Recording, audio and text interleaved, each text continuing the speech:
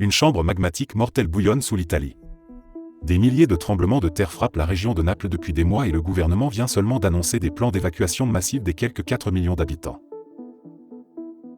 Restez à l'écoute jusqu'à la fin pour entendre une mise à jour vraiment effrayante sur les Campi Flegrei. Nous allons également voir ce qui se passe au Vésuve, à l'Etna et au Stromboli. Si vous l'appréciez, je me réjouis de recevoir un pouce vers le haut et un commentaire, car cela permettra à l'algorithme de montrer ce sujet important à davantage de personnes. Merci beaucoup et bienvenue.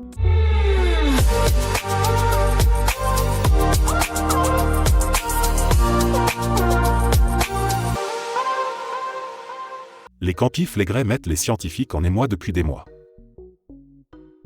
De nombreux tremblements de terre ont été enregistrés ces derniers temps autour de Naples et la crainte d'une éruption des champs flégréens ne cesse de croître. C'est pourquoi la politique a désormais pris des mesures pour évacuer les millions de personnes qui vivent dans cette zone volcanique active en cas d'éruption du supervolcan. Il faut s'imaginer cela, depuis des mois, les chercheurs sont déjà en état d'alerte. Des gens vivent sur un supervolcan actif et mortel et les politiques commencent à réfléchir à un plan d'évacuation. Si vous voulez mon avis, ce nouveau plan d'évacuation aurait déjà dû exister, mais bon. Mais au moins, les politiques se sont assis autour d'une table ronde avec du vin et des cantuccini et ont réfléchi à la manière d'évacuer efficacement les millions de personnes d'une zone volcanique mortelle. Et le gouvernement n'aurait pas pu choisir un meilleur moment pour le faire, car ce ne sont pas seulement les champs flégréens qui donnent du fil à retordre aux chercheurs. Toute la région autour de Naples est l'une des zones géologiques les plus actives d'Europe. Et dans cette zone, il y a d'autres volcans qui représentent un réel danger pour la population. Le Vésuve, qui trône au-dessus de Naples, est d'ailleurs particulièrement préoccupant en ce moment. Ce volcan n'est plus entré en éruption depuis plus de 80 ans.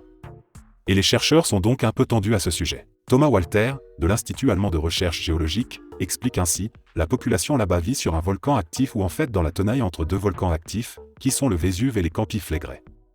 Les deux volcans sont mûrs pour une éruption. Il faut toutefois préciser que le Vésuve est actuellement étonnamment silencieux par rapport aux champs flégréens. Walter poursuit, sous Campi Flegrei et le Vésuve, à environ 8 ou 9 km plus bas, il y a une sorte de réservoir où le magma qui monte se rassemble encore une fois. Et la grande question qui se pose maintenant est la suivante, est-ce qu'il continue à remonter à la surface à partir de là ou pas? Personne ne peut répondre à cette question pour le moment. J'étais même sur le Vésuve l'autre jour et j'ai pu voir beaucoup de colonnes de fumée. N'hésitez pas à me dire dans les commentaires si vous êtes déjà allé sur le Vésuve et si vous avez aimé. Je dois dire très honnêtement que j'ai trouvé ce volcan presque un peu chétif, surtout en comparaison avec le gigantesque Etna sur mon île préférée, la Sicile. Mais revenons au sujet. Le fait que le Vésuve soit si calme et que les Campi Flegrei soient entièrement sous terre rend les prévisions difficiles. Il en va autrement pour le Stromboli et l'Etna, par exemple. Et ce n'est que maintenant que l'Etna est entré en éruption. Voici des images originales, une colonne de fumée de plusieurs centaines de mètres de haut s'est élevée, la lave s'est abattue sur les pentes du volcan, mais les villes environnantes n'ont à aucun moment été menacées. Et le trafic aérien à l'aéroport de Catane s'est poursuivi sans aucune perturbation.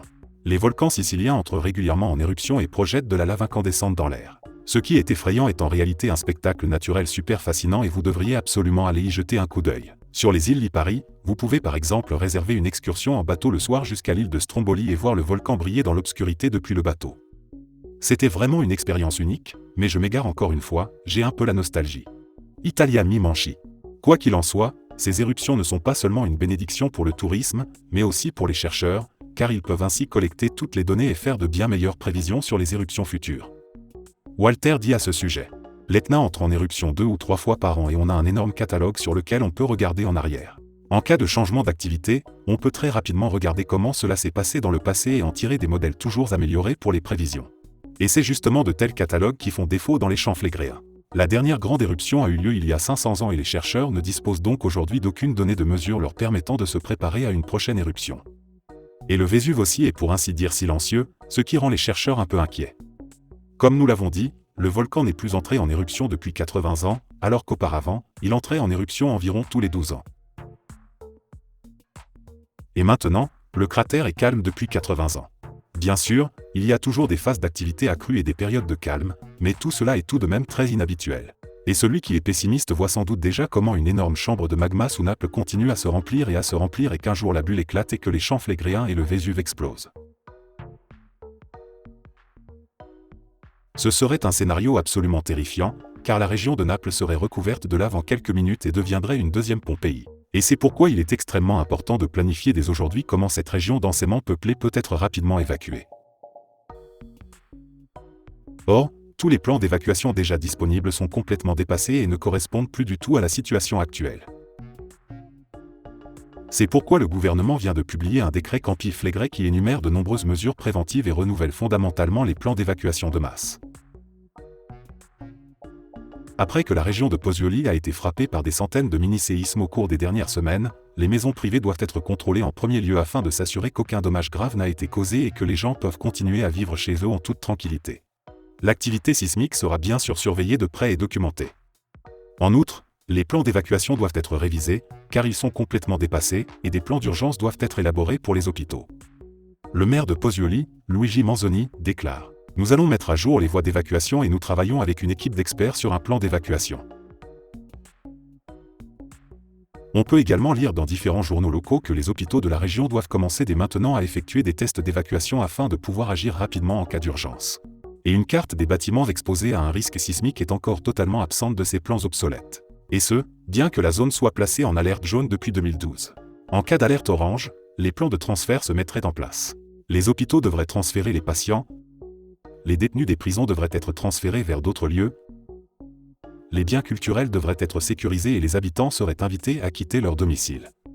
Si l'alerte rouge est déclenchée, l'évacuation massive immédiate commence.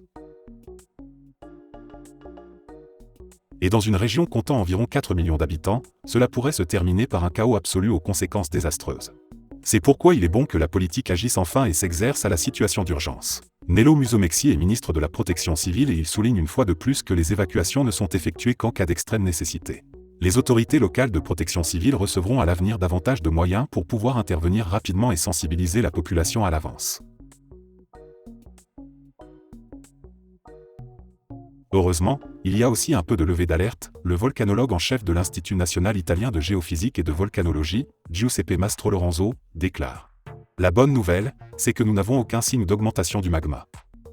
Cela semble vraiment rassurant pour le moment, mais je pense quand même qu'il était plus que nécessaire d'avoir un nouveau plan d'évacuation dans le tiroir au cas où.